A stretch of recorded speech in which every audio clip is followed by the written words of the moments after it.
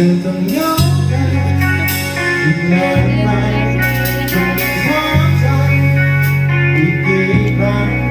จะต้องพบเจอกับวันที่ผิดหวังกี่วันที่พอใจเปิดให้รับฟังคนเดียวมีราคาเดียวในวิถีมองไปรอบตัวไม่เห็นใครทำไมต้องเป็นเราเคยบอกตัวเองสักวันที่เจอคนที่เข้าใจกันที่เคยบอกตัวเองว่าสักวันจะรักกันเท่านั้นโปรดจะรัก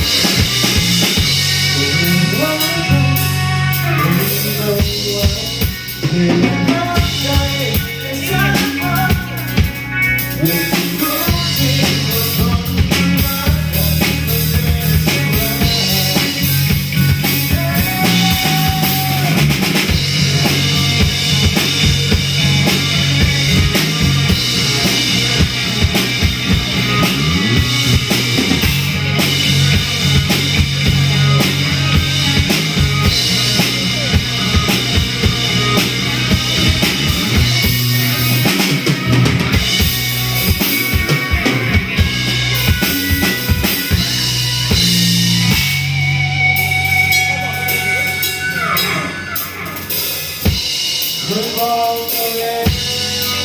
สักวัน